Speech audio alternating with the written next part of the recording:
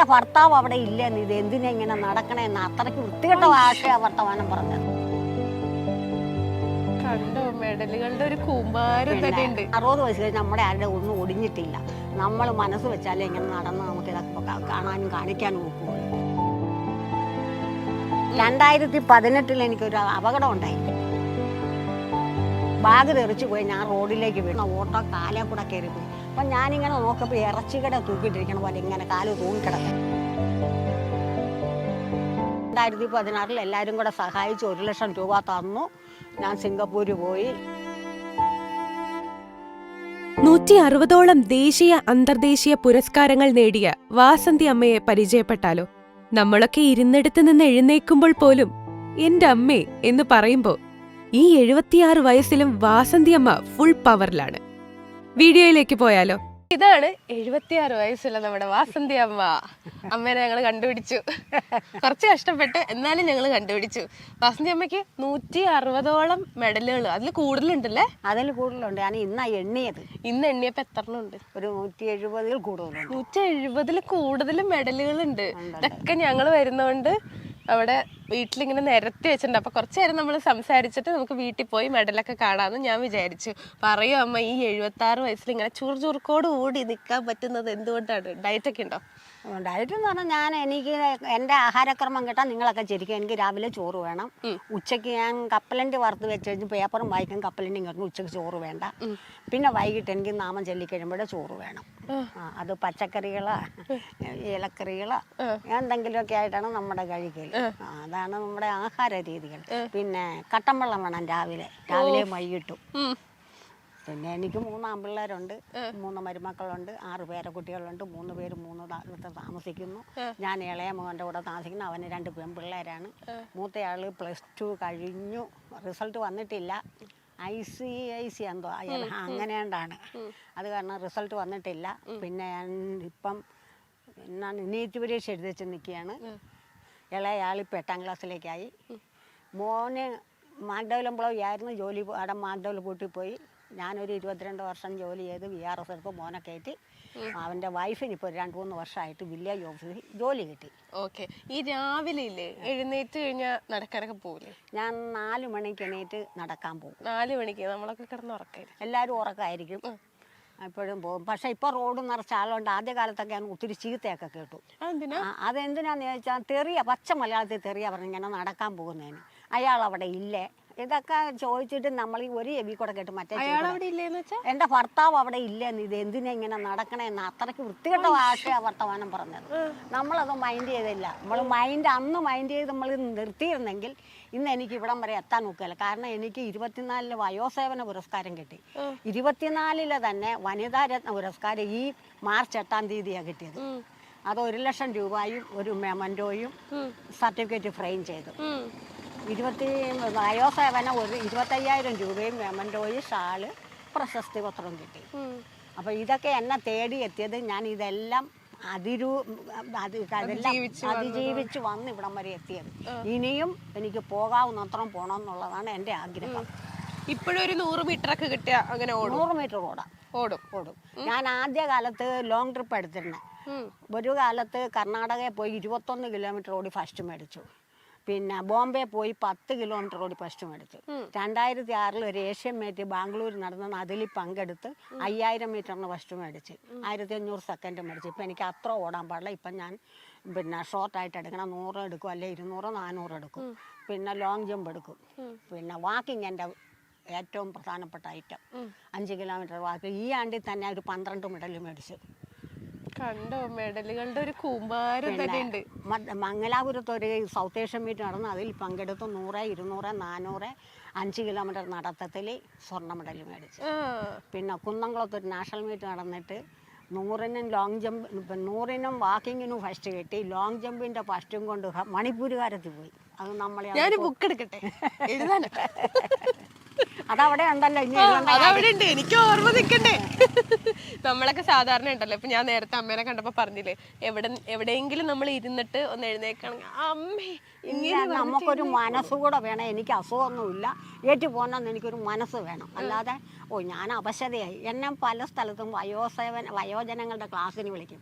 അപ്പം ഞാൻ എന്നോട് ചോദിക്കും വല്ലതും അനുഭവം പറയാമെന്ന്. ഞാൻ അനുഭവം പറയുമ്പോൾ അവരൊക്കെ ഇരുന്ന് ചിരിക്കും. ഞാൻ പറഞ്ഞ 60 വയസ്സ് കഴിഞ്ഞ് നമ്മുടെ ആരുടെ ഒന്നും ഒടിഞ്ഞിട്ടില്ല. നമ്മൾ മനസ്സ് വെച്ചാലേ ഇങ്ങനെ നടന്ന് നമുക്കിതൊക്കെ കാണാനും കാണിക്കാനും ഒക്കുകയുള്ളൂ. നമുക്കിതൊരു പ്രത്യേകതയാണ്. അതുകൊണ്ട് നമ്മളെല്ലാവരും പങ്കെടുക്കും. നിങ്ങളുമൊക്കെ വാ. അപ്പോൾ സ്വന്തം കാശ് മുടക്കാൻ കഴിവില്ലാത്തവർക്ക് വരാൻ നോക്കുകയല്ല. അങ്ങനെ നമ്മളിങ്ങനെ പോയിക്കൊണ്ടിരിക്കണം. വീട്ടുകാരൊക്കെ പറയാറുണ്ടോ വേണ്ട ഈ പ്രായമായില്ലേ?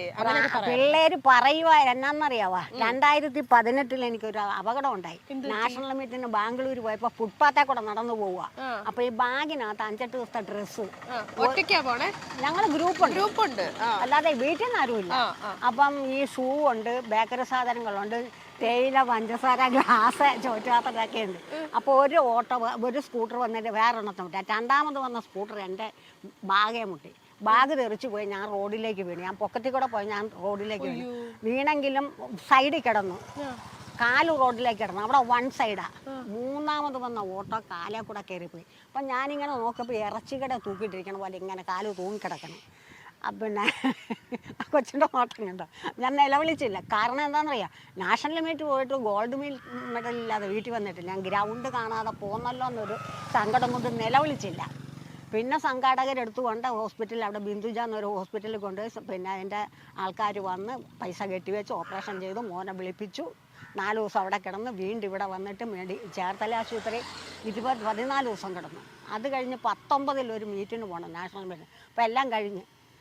അപ്പോൾ ഒരു റിട്ടയർഡ് CI ഉണ്ട്, 80 വയസ്സുള്ള എൽസി ചേച്ചി എന്നാ പേര്. എടീ നീ ജൂബിലി ആശുപത്രിയിലോട്ട് വന്നേരും, ഞാൻ നിന്നെ എൻ്റെ വീട്ടിൽ കൊണ്ടുപോയിക്കോളാം, നമുക്ക് നാഷണൽ മീറ്റ് ഇവിടെ തന്നെയാണ് എന്ന് പറഞ്ഞു. വെള്ളിയാഴ്ച ഞാൻ പറഞ്ഞിട മോനെ, അപ്പോൾ ഇവൻ എൽസി ചേച്ചി അറിയാം, പ്രത്യേകം കാശ് ഇവന് കൊടുത്ത്. എല്ലാവരും കളക്ട് ചെയ്തോ കൂടാതെ അവർ പ്രത്യേക കാശ് കൊടുത്തു. അപ്പോൾ ഞാൻ പറഞ്ഞിട എൽസി ചേച്ചി പറഞ്ഞു വെള്ളിയാഴ്ച അവിടെ ചെല്ലാൻ ചേച്ചി കൊണ്ടുപോയിക്കോളാം എന്ന് പറഞ്ഞിരുന്നു. പിറ്റേ വെള്ളിയാഴ്ച നേരം വിളിക്കാൻ അപ്പം ഞാൻ സാധനമൊക്കെ പാക്ക് ചെയ്തിരിക്കുക. പിറ്റേ വെള്ളിയാഴ്ച എന്നോട് ചോദിച്ചു എന്നാ പോകണ്ടേ. ഇന്ന് ഇവിടുന്ന് പോകാൻ നോക്കിയല്ല, 3 മാസം ഞങ്ങളാ നോക്കിയെന്ന് പറഞ്ഞു. ഞാൻ ഇവനോട് മറുപടി ഒന്നും പറഞ്ഞില്ല, മാറിയിരുന്ന് നിലവിളിച്ച്. എൻ്റെ ഭർത്താവ് അന്നുണ്ടായിരുന്നു. അദ്ദേഹം 2018 19 മരിച്ചുപോയി. അപ്പോൾ എന്നോട് ഇവൻ പോയി കഴിഞ്ഞപ്പോൾ നീ പോയിക്കോടി എന്ന് പറഞ്ഞാൽ പിന്നെ അന്ന് മുതൽ സജീവമായിട്ട് പോണതിൻ്റെ അന്ന് രാവിലെ അല്ല തലേ ദിവസം മോനെ അമ്മ ഇന്നടുത്ത് പോകുക. മക്കളോട് കാശ് മേടിക്കാറില്ല, ഞാൻ എൻ്റെ കാശും കൊണ്ടാവാണ്. 82 വർഷം ഇവിടെ ജോലിയായിട്ട് 850 രൂപ പെൻഷനുള്ളായി. പിന്നെ വാർദ്ധക്യാൽ ഇത് നമ്മുടെ പൈസയുടെ കിടന്ന കഴിഞ്ഞിട്ട് നമുക്ക് വേറെ മേടിക്കാം. പിന്നെ വാർദ്ധക്യല്ല, കർഷക പെൻഷനുണ്ട്. അങ്ങനെ പിന്നെ എൻ്റെ ബ്രദറൊക്കെ സഹായിക്കും. അങ്ങനെ നമ്മളിപ്പോഴും പോകും. അന്തർദേശീയ മീറ്റിൽ പോകാൻ നടക്കുകയല്ല, ലക്ഷങ്ങൾ വേണം. എന്നിട്ട് 2016 എല്ലാവരും കൂടെ സഹായിച്ച് 1 ലക്ഷം രൂപ തന്നു. ഞാൻ സിംഗപ്പൂര് പോയി. പിന്നെ 5 കിലോമീറ്റർ നടത്തും. പിന്നെ 2000 മീറ്റർ സ്റ്റിപ്പിൾ ചേസ്, അതറിയാവാ? ഇങ്ങനെ ഈ ഇലക്ട്രിക് പോസ്റ്റ് പോലെ വെക്കും. അത് 4 മൂലയ്ക്കും വെക്കും. അത് നമ്മൾ കവച്ച് കടന്ന് ഒരു 2 മീറ്റർ നീളത്തിൽ വെള്ളമുണ്ട്. അത് 2000 മീറ്റർ. അതിന് 2നും സെക്കൻഡ് പ്രൈസ് കിട്ടി. ഹോങ്കോങ്ങുകാർ ഫസ്റ്റ് കൊണ്ടുപോയി, സെക്കൻഡ് കിട്ടി. അതേപോലെ തന്നെ ഇന്ത്യക്ക് 2017 ചൈനയിൽ ഇതുപോലെ ഒരു മീറ്റിംഗ് നടന്നപ്പോൾ എന്നെ എല്ലാവരും കൂടെ സഹായിച്ചു. 1.25 ലക്ഷം രൂപ വേണമായിരുന്നു. അവിടെ പോയപ്പോൾ ഈ ഐറ്റം തന്നെ 3rd പ്രൈസാണ് കിട്ടിയത്. കാര്യം ചൈന ഫസ്റ്റ് കൊണ്ടുപോയി, ഹോങ്കോങ് സെക്കൻഡ് കൊണ്ടുപോയി, ഇന്ത്യക്ക് 3rd കിട്ടി. 23 ദുബായിലൊരു ഓപ്പൺ മീറ്റ് നടന്നു. അതിൽ പോയിട്ട് പിന്നെ വാക്കിങ്ങിന് ഫസ്റ്റും 100ഉം 400ഉം 3rd പ്രൈസും കിട്ടി. പിന്നെ ഈ ആണ്ടി വേറെ സൗത്ത് ഏഷ്യൻ മീറ്റിലൊക്കെ പോയി. അയോധ്യയിൽ 24 പോയി. അയോധ്യ പോയിട്ട് ഏഷ്യൻ മീറ്റായിരുന്നു. അവിടെ പോയി 3 മെഡൽ ഫസ്റ്റ് കിട്ടി. ഇവിടെ 4 ഫസ്റ്റ് കിട്ടി. ഇതൊക്കെ എന്താ ആളുകൾ കുറേ പേരൊക്കെ അറിയാനുണ്ട് കേട്ടോ, ഇങ്ങനെ കുറേ കാര്യങ്ങൾ നടക്കുന്നുണ്ട് ഇവിടെ എന്നുള്ളത്. അത് നമ്മുടെ ഇവിടെ ഇപ്പോഴും കളിയാക്കി 105, 104, 90 കഴിഞ്ഞ മനുഷ്യരൊക്കെ സ്ത്രീകളൊക്കെ ഉണ്ട്. പക്ഷേ ഹരിയാനക്കാരൊക്കെ അവരെ കണ്ടാൽ നമുക്ക് പ്രായം പറയാൻ നോക്കുകയല്ല. നമുക്ക് പെട്ടെന്ന് പ്രായം അറിയാം. നമ്മളീ നല്ല ചോറും കറിയൊക്കെ കഴിച്ചേച്ച് അവിടെ ചെന്ന് ഉണക്കറൊട്ടിയൊക്കെ കഴിക്കും, നമ്മുടെ എനർജി പോകും. അവര് ജീവിതത്തിൽ ചോറ് തന്നെ വേണം. അവർക്കെന്ന് പറഞ്ഞാൽ അവരാദ്യം തൊട്ട് ഇന്ത്യയൊക്കെ കഴിക്കണം. കാരണം അവർക്ക് യാതൊരു പ്രശ്നവുമില്ല. അവരെ കണ്ടാൽ പ്രായം പറയുകയല്ല, നല്ല എനർജിയാണ്. ത്രോസൊക്കെ എന്ന് പറഞ്ഞാൽ നിന്നിടത്ത് എന്ന് പറഞ്ഞാൽ അങ്ങോരെ ചെല്ലും. ആചാര വാക്കുകളാ. നമുക്ക് തുളസൊന്നും പറ്റിയല്ല, നമുക്ക് ഇതൊക്കെ പറ്റുള്ളൂ. നമ്മളിതൊക്കെ ചെയ്യാന്നുള്ളതേ ഉള്ളൂ. കല്യാണം കഴിഞ്ഞതിന് ശേഷമാണ് ഇത്ര സജീവമായിട്ട്? അതെ, കല്യാണം കഴിഞ്ഞ് 82 മാഗ്ഡവൽ. കോട്ടയംകാരിയല്ലേ? ഞാൻ കോട്ടയം കല്ലറക്കാരിയാണ്. ആ, അതാണ്, കോട്ടയംകാരിയാണ്. അത് കഴിഞ്ഞിട്ട് എങ്ങനെ ആലപ്പുഴയിലേക്ക്? ആലപ്പുഴ 69 കല്യാണം കഴിച്ചു. അന്ന് എൻ്റെ ഭർത്താവിന് മാഗ്ഡവൽ കമ്പനി ജോലി ഉണ്ടായിരുന്നു. അതൊരു സമരം നടന്ന് ജോലി പോയി. 82 മാഗ്ഡവൽ ജോലി കയറി. നോമിനി കയറാൻ പറഞ്ഞപ്പോൾ ഞങ്ങൾ കുറേ പേര് ഭാര്യമാർ കയറി, കുറേ പേര് പ്രായപൂർത്തിയായവരും മക്കളുള്ള മക്കൾ കയറി. അങ്ങനെ ഞാൻ 22 വർഷം ചെയ്തു. അവിടെ 58 വയസ്സാണ് റിട്ടയർമെൻറ്റ് ഇത്. അപ്പം എനിക്ക് അന്ന് 55 വയസ്സുണ്ട്. 3 വർഷത്തെ സർവീസ് കളഞ്ഞ് ഇളയ മോനെ കയറ്റി. അപ്പോൾ അവന് 29 വയസ്സുള്ളവൻ. 29 വർഷം സർവീസ് കിട്ടുമല്ലോ എന്നോർത്ത് കയറ്റി. അപ്പോൾ 14 വർഷം കഴിഞ്ഞപ്പോൾ ഷട്ടർ വീണു. ഇപ്പോൾ അവൻ്റെ കുറേ കാടക്കോഴി ഒരു ചെറിയ കച്ചവടമൊക്കെ ആയിട്ടിരിക്കണം. അവൻ്റെ ഭാര്യയ്ക്ക് ജോലിയുണ്ട്, 2 പെൺകുഞ്ഞുങ്ങളാണ്. പിന്നെ മറ്റവരൊക്കെ കൂലിപ്പണിക്കാരാണ്. അങ്ങനെയൊക്കെ പോകുന്നു. അങ്ങനെയൊക്കെ അങ്ങ് പോകുന്നു. ഇപ്പൊ എങ്ങനെ ഓട്ടോ കാര്യങ്ങളൊക്കെ നടക്കുന്നത്? ഇപ്പൊ പ്രാക്ടീസും കാര്യങ്ങളൊക്കെ ഇങ്ങനെ പോലെ നടക്കുന്നുണ്ട്. 4 മണി 3 മണിക്ക് മുമ്പ് കണ്ണു തുറക്കും. ആ വാരനാട്ടമ്മ വിളിച്ചേൽപ്പിക്കും. വിളിച്ചേൽപ്പിച്ച് 4 മണിയാകുമ്പോ ഇതിലേ പോകും. തെക്കേ കവല വരെ പോകും. 1.5 കിലോമീറ്റർ. എല്ലാ ദിവസവും അമ്പലത്തിൽ പോവും. ഡയറ്റിന്റെ ഭാഗമായിട്ടാണോ ഇനി ഫിഷും അല്ല നോൺ വെജ് ഒക്കെ കഴിക്കാത്തതെന്നൊക്കെ ഞാൻ ചോദിച്ചപ്പോ എന്നോട് പറഞ്ഞു എനിക്കതൊന്നും ഇഷ്ടമല്ല. ഇഷ്ടമല്ല എന്നിട്ട് അമ്പലത്തിൽ പോണത് കൊണ്ടല്ല. അമ്പലത്തിൽ പോണവരെല്ലാവരും മീനും ഇറച്ചിയൊക്കെ കൂട്ടുന്നവരാ. പക്ഷേ അത് നമ്മൾ രാവിലെ പോകുമ്പോൾ അടിച്ചതിനച്ച് കുളിച്ച് ആഹാരമൊന്നും എല്ലാവരും ചോദിക്കും എന്നെ ആഹാരം കഴിക്കാൻ. അങ്ങനെ നിർബന്ധമൊന്നുമില്ല, എഴുതി വെച്ചിട്ടില്ല. കഴിച്ചിട്ടോ. പക്ഷെ ഞാൻ ആഹാരം കഴിക്കില്ല. അമ്പലത്തിൽ നിന്ന് വന്നു കഴിഞ്ഞാൽ ആഹാരം കഴിക്കും. അങ്ങനെ ഒരു നിശ്ചയം എനിക്കുണ്ട്. വെള്ളം കുടിക്കും. കട്ടൻ വെള്ളമൊക്കെ കുടിക്കും.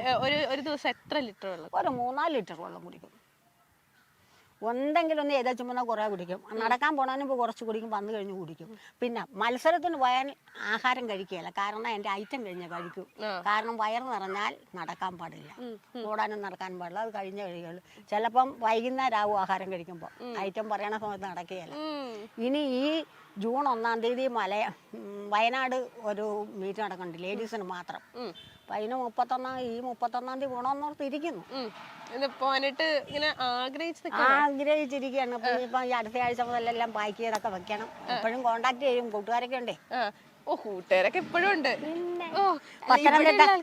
ഇവിടെയുള്ള നാട്ടുകാരൊക്കെ ഉണ്ടല്ലോ, അവർക്ക് നാട്ടുകാരൊക്കെ എന്താ പറയുന്നത്? ഇപ്പൊ ഇത്രയും ഒരു അച്ചീവ്മെന്റ്സും കാര്യങ്ങളൊക്കെ കിട്ടിയിട്ടാണെങ്കിലും അവർക്ക് അവരുടെ ഇടയിൽ ഒരു വിലയില്ല എന്നുള്ള രീതിയിൽ തോന്നലുണ്ടോ? അവർക്ക് ഇപ്പോഴും നമ്മളെ പരിഹാസ്യ.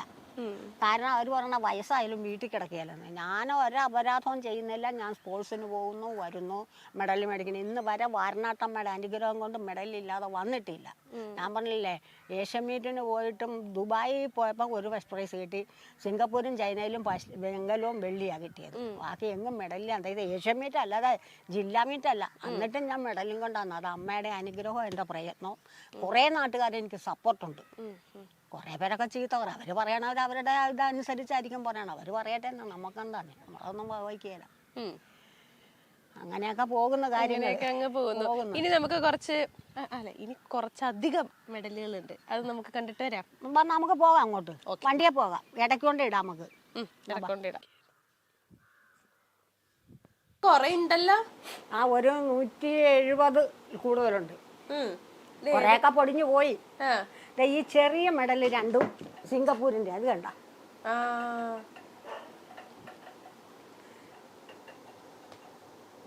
ഇത് ചൈന. അല്ല, ഇതല്ല ചൈന. മാറിയൊക്കെ പോണ്. ഇല്ല, ചൈന. ഇത് ചൈന. പിന്നെ ഇത് ദുബായ്. ട്രോഫിയൊക്കെ ഇവിടെ വരുമ്പോൾ നമുക്ക് വയോസേവനത്തിന് കിട്ടിയതാ. വയോസേവന പുരസ്കാരത്തിന് കിട്ടിയതാണ് ഇത്. വലിയ ട്രോഫിയാണ്. ഇത് വലിയ ട്രോഫിയാണ്. വാളും പരിചയം.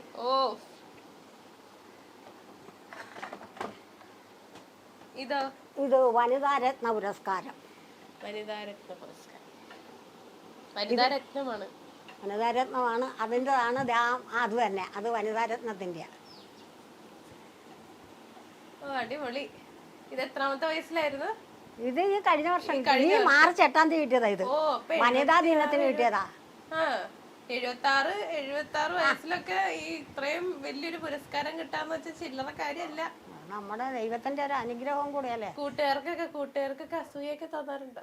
അത് ചിലർക്കൊക്കെ ഉണ്ട്. ഇത് കിട്ടിയപ്പോൾ ഞാൻ എല്ലാരോടും അഭിപ്രായം പറഞ്ഞില്ല. അത് കാരണം എന്നോട് ഒരാൾ പിണങ്ങിയിരിക്കുക. എന്നാന്ന് ചോദിച്ചെന്നാൽ അവരൊക്കെ എന്നെക്കാളും കൂടുതൽ പോയതാ ഇന്റർനാഷണൽ മീറ്റിൽ. ഞാൻ അത്രയും പോയില്ല, ഞാൻ ആകപ്പാടെ 5 പ്രാവശ്യം പോയുള്ളൂ. അവരത്രയും പോയോണ്ട് അവരെന്നിട്ട് ഒരാളോട് പറഞ്ഞ് വാസന്തിയേക്കാളും കൂടുതൽ മെഡൽ എനിക്കുണ്ടല്ലോ. ഞാനത് പറഞ്ഞില്ല. ഇപ്പം വേറൊരു പുരസ്കാരത്തിനോട് അപേക്ഷ കൊടുക്കാനിരിക്കുകയാണ്, കേരള പുരസ്കാരം. കിട്ടണേ കിട്ടട്ടെ, കിട്ടിയില്ലേ വേണ്ട, നമുക്ക് എഴുതി കൊടുക്കാന്നുള്ളത് നമ്മുടെ കൊടുക്കാന്നുള്ളതാണ്. ഇതിപ്പോ 170 കൂടുതൽ മെഡൽസും കാര്യങ്ങളും ഉണ്ട് അല്ലേ? വീട്ടുകാരൊക്കെ എന്താ പറയണ ഓരോ മെഡൽ വാങ്ങിയിട്ട് വരുമ്പോ? വീട്ടുകാരല്ല, എന്റെ പേരക്കിടാങ്ങൊക്കെ ഉണ്ടേ മെഡലും ട്രോഫിയൊക്കെ അവിടെ ഇരിക്കണ പേരക്കിടാങ്ങല്ല. അവര് സ്പോർട്സിനൊക്കെ ഉള്ള ഇത്ര ഉണ്ടാവില്ലല്ലോ. ഇല്ല, ഇത്രയല്ല, അവര് കൊച്ചു പിള്ളേരല്ലേ. ഓക്കെ, അപ്പൊ ഇനി മെഡലൊക്കെ വാരി കൂട്ടട്ടെ, അടിപൊളിയായിട്ട് ഇനി കൊറേ ട്രോഫികളൊക്കെ കിട്ടട്ടെ അല്ലേ?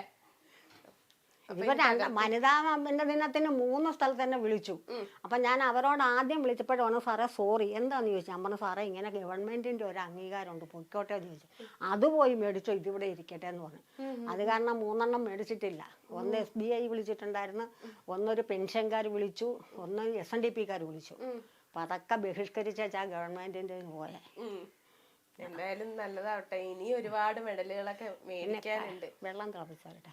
അയ്യോ ഇപ്പൊ ഒന്നും വേണം, നമുക്ക് വീഡിയോ എടുത്ത് കഴിഞ്ഞ് കഴിഞ്ഞിട്ട് ഞങ്ങള് പയ്യെ പോട്ടെ. അപ്പൊ ഇനി ഒരുപാട് മെഡലൊക്കെ കിട്ടട്ടെ കേട്ടോ. അടിപൊളി. ശരി.